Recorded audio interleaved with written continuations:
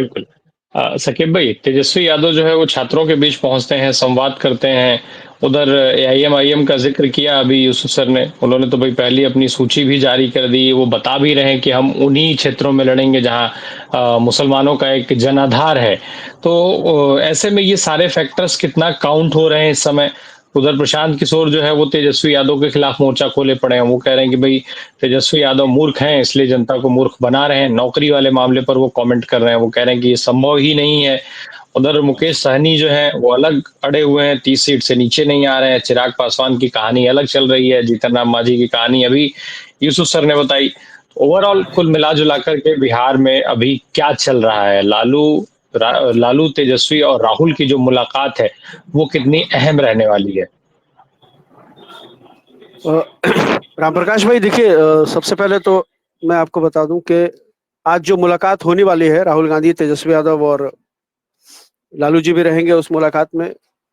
कुछ चीजें हम आपको 6 महीने पहले से बता रहे हैं, आपके प्लेटफॉर्म पर बता रहे हैं, जिसमें से 2-3 चीजें बहुत ये है कि महागठबंधन में जितना भी पेच फंसा हो, एक बार लालू जी राहुल गांधी बैठ जाएंगे और अंत में बैठेंगे वही, और वही बैठ के दोनों निर्णय कर लेंगे।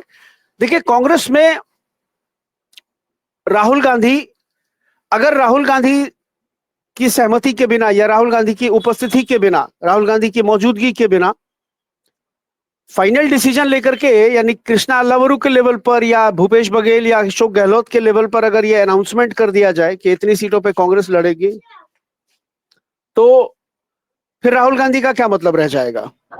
या उधर लालू यादव, साकिब साहब, इस बार अशोक गहलोत कहीं नहीं है गेम में। हाँ, सिर्फ वही मैं लोग एक कर बात रहे हैं। कर जी नहीं यूसुफ भाई, मैं एक बात एक मिसाल दे रहा हूं मैं, वो ये नहीं है कि उसमें उसके बाद आप देखिए कि लालू जी हैं अभी मौजूद, आज मुलाकात होगी उनकी, तो चीजें बहुत बहुत आसानी से सॉर्ट आउट हो जाएंगी। एक और चीज मैं आपको शुरू से कह रहा हूं कि कांग्रेस 70 सीटें नहीं मांगेगी, 50 से 55-58 सीटों तक कांग्रेस को दी जाएंगी, और उन्हीं में से उनको आईपी गुप्ता को भी एकोमोडेट करना है। इंडियन इनकलाब पार्टी वाले जो आईपी गुप्ता हैं, उनकी मुलाकात भी कल तेजस्वी यादव से हुई है, आईपी गुप्ता साहब की, और ये तय हो गया कि आईपी गुप्ता महागठबंधन में चुनाव लड़ेंगे और कांग्रेस अपने कोटे से उनको सीटें देगी। 2 सीट दे, 3 सीट दे, जो भी दे, वो अपने कोटे से उनको सीट देगी। तो इसलिए कांग्रेस अपने संबल पे, मान लीजिए अगर 58 सीटें उनको मिलती है या 60 सीट मिलती है, कांग्रेस 5 सीट उनको दे दे, 55 सीट अपने संबल पे लड़ाई चुनाव, ये हो सकता है।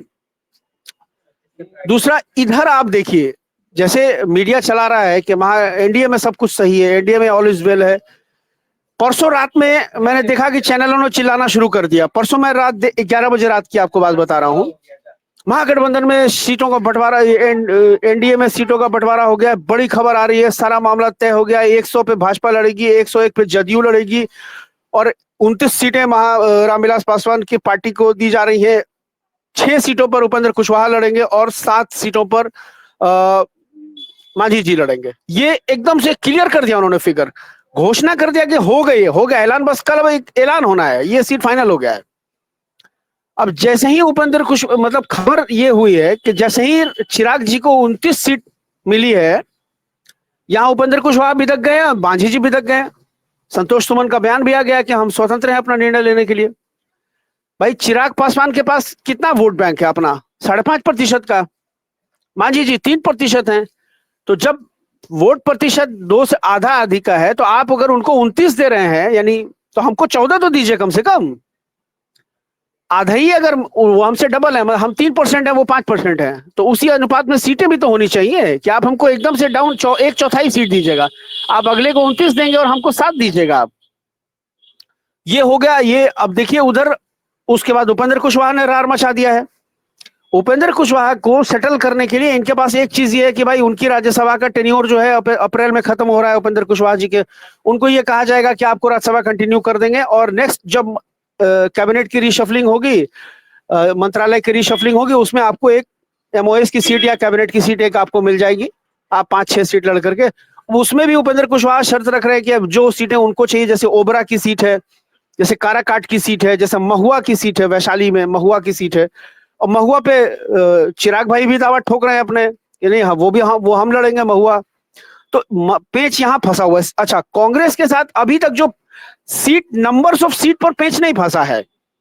आरजेडी और कांग्रेस के बीच नंबर ऑफ सीट्स पे पेच नहीं फंसा हुआ है। देखिए, ये बात तो बहुत पहले से तय हो गई थी कि पिछली बार आरजेडी 144 सीट पर चुनाव लड़ी थी और कांग्रेस 70 सीटों पर चुनाव लड़ी थी, और लेफ्ट पार्टियां थी। पिछले बार उनके साथ मुकेश सहनी नहीं थे, पिछले बार उनके साथ आईपी गुप्ता नहीं थे, पिछले बार उनके साथ पारस जी नहीं थे। अब ये नए अलायंस आए हैं, तो अब इन अलायंस पार्टनर्स जो नए आए हैं, इनको भी तो इसी 243 में ही एकोमोडेट करना है ना।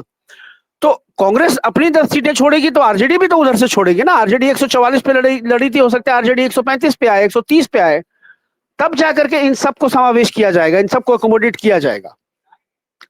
मुकेश सहनी सब महागठबंधन में मुकेश सहनी सबसे अविश्वसनीय राजनीतिक दल के तौर पर अभी भी मौजूद हैं। देखिए, 4 दिन पहले तक मुकेश सहनी की बात जनता दल यूनाइटेड के अंदर हो रही थी, जब चिराग उधर टेंट्रम दिखा रहे थे अपना। अब आज थोड़ा चिराग का टेंट्रम डाउन है, इधर उपेंद्र कुशवाहा और मांझी जी ने अपना तेवर बढ़ा दिया है। जब चिराग टेंट्रम दिखा रहे थे, उस वक्त जेडीयू की तरफ से यहां तक कह गया था कि आप चिराग को छोड़िए और मुकेश जी को अपने साथ लीजिए, पारस को साथ मिलाइए और आगे बढ़िए। पारस और मुकेश को अपने साथ एडजस्ट कीजिए, चिराग को छोड़िए और हम लोग सीट बंटवारा करके चुनाव में चलते हैं। मुकेश सहनी की बात उधर जदयू और भाजपा से भी हो रही थी। आप सोचिए, जब मुकेश सहनी राहुल गांधी की पूरी वोटर अधिकार यात्रा में और उन तमाम मुद्दों पर साथ घूमने के बावजूद संपर्क में थे सीट एडजस्टमेंट को लेकर के, अब मुकेश सहनी के लिए भी दरवाजे बंद हो गए। अब मुकेश सहनी को अगर वो लेते हैं तो उनको सीट, एक तो यही वो सीट नहीं पूरा पा रहे हैं, मांझी जी और उपेंद्र कुशवाहा और चिराग नहीं फंसा रखा है।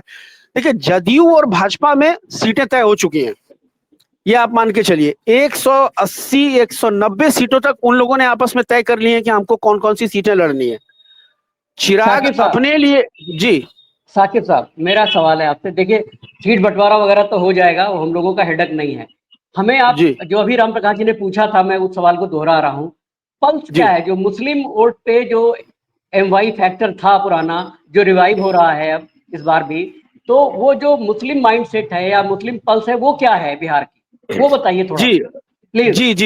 जी यूसुफ भाई, मैं वहीं आ रहा हूँ अब। देखिए, एक चीज है, पिछले बार के चुनाव तक क्या होता था, पिछले बार के चुनाव तक ये होता था कि लोगों को ये यकीन होता था कि अगर महागठबंधन की सरकार नहीं आएगी तो, और एनडीए की सरकार आ भी जाती है तो नीतीश कुमार मुख्यमंत्री बनेंगे। और नीतीश कुमार को मुसलमानों का भी समर्थन मिलता था, थोड़ा बहुत ही सही लेकिन मिलता था। उनकी एक छवि दूसरे टाइप की थी।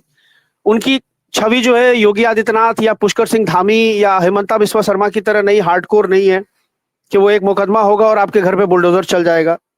नीतीश जी के बारे में आम मुसलमानों को भी लगता था कि चलिए नीतीश जी अगर सीएम बने हुए हैं तो बहुत ज्यादा खतरे की बात नहीं है मुसलमानों के लिए। लेकिन इस चुनाव में ये बात पूरी तरह से एस्टैब्लिश हो चुकी है 2025 के चुनाव में कि एनडीए को बहुमत आने की स्थिति में नीतीश जी मुख्यमंत्री नहीं बनेंगे। नीतीश जी उस मानसिक शारीरिक स्थिति में नहीं है और भाजपा ने उनके खिलाफ पूरी फील्डिंग लगा दी है। एक तो ये है। वक्फ कानून को लेकर के मुसलमानों के अंदर में बहुत ज्यादा नाराजगी है।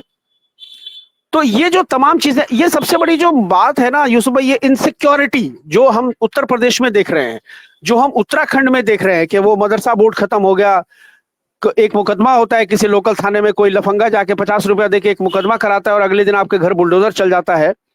ये जो इनसिक्योरिटी है ना मुसलमानों के अंदर में, वो पैन इंडिया जो वो देख रहे हैं, वो अभी बिहार में उससे लोग बचे हुए हैं।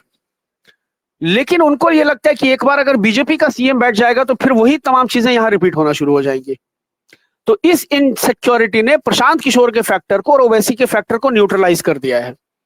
इसलिए बहुत ज्यादा, मतलब इस बार ओवैसी साहब को भी बहुत ज्यादा उम्मीद नहीं है, वो खुद भी जान रहे हैं इस बात को। और ये बड़ी वजह रही कि आप देखेंगे कि 10 दिन पहले तक वो ढोल बजा करके जाके के लालू जी के आवास के बाहर जो है वो कह रहे थे कि हमको गठबंधन में शामिल कीजिए, है ना। उनके प्रदेश अध्यक्ष का लगातार बयान आ रहा था कि हमको गठबंधन में शामिल कीजिए। वो सिर्फ इसलिए आ रहा था ताकि आज वो 100 सीटों का ऐलान करेंगे तो अब उनके पास कहने के लिए ये होगा कि देखिए हम तो चाहते थे कि सेकुलर वोट या मुसलमानों का वोट बटे नहीं, लेकिन हमको लिया नहीं गया। ये उन्होंने भूमिका बनाई उस दौरान। उनको पता था कि महागठबंधन में उनके लिए जगह नहीं है, लेकिन उन्होंने पहले अपने लिए भूमिका बना दी कि देखिए हमने तो कोशिश किया था, तो हमको अछूत समझा गया, मुसलमानों को हिस्सेदारी नहीं दी जा रही है, ये नहीं है, वो नहीं है, तमाम चीजें। उसको वो कैश करने की कोशिश करेंगे इमोशनली ग्राउंड पर। प्रशांत किशोर की बात जहां तक है, प्रशांत किशोर ने 51 सीटों का अनाउंसमेंट किया, उसके बाद वो शांत, आज तक फिर उनकी कोई दूसरी सूची नहीं आई है। उस 51 सीटों में 7 मुसलमान हैं, 7 दलित हैं, 19 ईबीसी हैं, 11 ओबीसी हैं। तो ये जो है, और 7 मुसलमान जो है, यूसुफ भाई मैं आपको वो भी बता दूं, अब मान लीजिए कोचाधामन की सीट है, किशनगंज की।